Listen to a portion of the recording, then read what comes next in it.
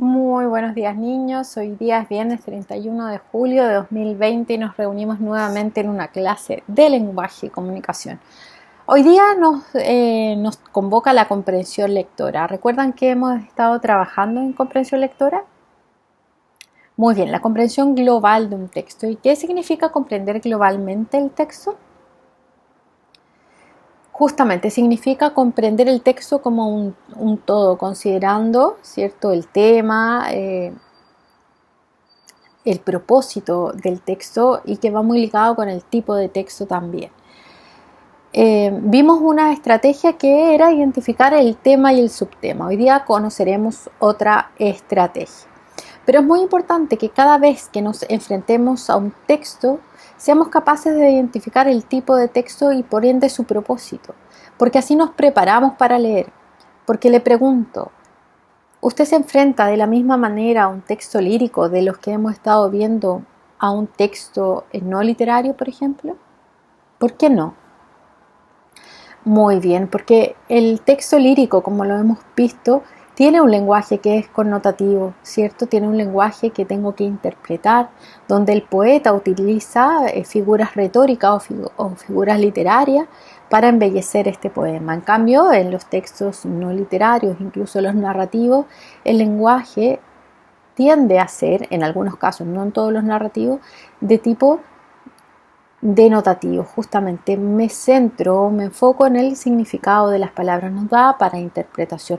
A lo mejor en un texto literario habrá una o dos intervenciones de ese tipo en algunos textos y en otros textos eh, tal vez informativos puede que haya alguna expresión, pero no es algo que los caracteriza. Por lo tanto, es como me enfrento al texto también, es lo que me facilita la comprensión lectora. Veamos entonces, nuestro objetivo de hoy es poder elegir y elaborar un título. Como les decía, comprender globalmente es una tarea que implica por parte del lector, ¿cierto?, entender el texto como un todo, saber de qué se trata, las ideas que contiene y también cuál es su utilidad. No es lo mismo, como les decía, leer un texto lírico que un texto no literario, ya sea una ficha, una noticia, un reportaje, una columna de opinión. Hemos estado viendo ciertas estrategias. Vimos identificar un tema y un subtema, que era cómo íbamos sacando estas ideas relevantes de cada uno de los párrafos para luego poder, ¿cierto?, establecer una relación y saber qué era lo que se abordaba en el texto. Por lo tanto, no está de más recordarle la importancia de ir párrafo por párrafo, de enumerar los párrafos, tener claridad de qué se trata cada uno de estos. Y que usted también utilice su lenguaje para poder sintetizar las ideas. Hoy día entonces, como dijimos, vamos a ver la segunda estrategia, que era elegir y elaborar un título. Vamos a partir con la técnica, ¿cómo lo hacemos? ¿Cierto? Porque nuestro problema es poder establecer un título para un determinado texto. Pero ¿cómo lo hago? Sabiendo siempre que tiene que ver esta estrategia con la comprensión global, veamos. Primero que nada, debes identificar todas aquellas palabras clave, ¿cierto?, que reflejen la temática central del texto. Y para ello va a seguir estos pasos. Primero, identificar las palabras clave, ¿ya? Identifica párrafo por párrafo la o las palabras claves que se refieren al tema principal. Estas se van repitiendo a lo largo del texto y la información entregada se refiere a estas palabras. Y aquí quiero hacer una salvedad y quiero que no se lo olvide. Recuerde que nuestro lenguaje y nuestro vocabulario es rico en sinónimos. Por lo tanto, puede que esté leyendo un documento que hable de edificaciones, viviendas, eh, no sé, construcciones habitacionales. No necesariamente el autor va a ocupar siempre la misma palabra. Puede usar sinónimos. Puedo partir con animales y después puedo hablar de perros, de canes, ¿cierto? Entonces, ojo con eso, porque eso también es importante y eso usted lo tiene que tener en consideración. Porque alguien me podría decir, pero es que la palabra no se volvió a repetir. A lo mejor no se repitió esa palabra, pero sí utilizó un sinónimo. Entonces eso hay que tenerlo con claridad. Y luego vas a sintetizar en una palabra todas estas palabras que fuiste descubriendo. Todas estas palabras clave, los vas a sintetizar. Si conectamos con aprendizajes anteriores, podríamos decir que buscamos un hiperónimo que englobe todas estas palabras que aparecen y que se van repitiendo, y que obviamente va a expresar este tema central. Puedes acompañarla con un adjetivo o complemento que sintetice mejor el contenido del texto. Entonces, los invito a hacerse la siguiente pregunta. ¿De qué se habla en el texto? Recuerda, tienes que tener siempre en tu cabeza la idea de cuál sería un buen título. Recuerda las estrategias que vimos, ver las palabras que se repiten y poder englobarlas. Entonces dice, el río Yangtze o río Azul es el más largo de China. Nace en el Tíbet, en la meseta de Qinghai. Tiene una longitud de más de 6.300 kilómetros y desemboca en el Mar Amarillo. El río Huanghe o río Amarillo es el segundo gran río más importante que cruza China. También nace en las montañas del Tíbet y desemboca en el Mar Amarillo. Su curso es muy irregular y tiene una longitud de unos 5.000 kilómetros. Estos dos grandes ríos dividen a China en diferentes regiones y en torno a estas vías fluviales se encuentran los asentamientos de la población. Ambos ríos constituyen la cuna de la antigua civilización china. Esto fue tomado de calipedia.com y es un fragmento. Fíjese, igual lo vamos a ver más adelante. Primero que nada, tengo que buscar las palabras que se repiten. ¿Qué palabras cree usted que se repiten? Perfecto, río es una palabra que se repite, ¿cierto? Porque habla del río Yangtze, que es el mismo que el río Azul. ¿Qué otra palabra? Ya el río Huanghe o río Amarillo, muy bien. ¿Qué se dice de estos ríos? Ya que son importantes, perfecto. Mire, acá que dice, estos dos grandes ríos dividen, perfecto. Entonces podríamos decir que son, la palabra que se repite regularmente son ríos. Muy bien. Sigamos entonces. Recuerden, identificar las palabras claves ya las tenemos. Habla de ríos, ¿ya? Habla de dos ríos en específico.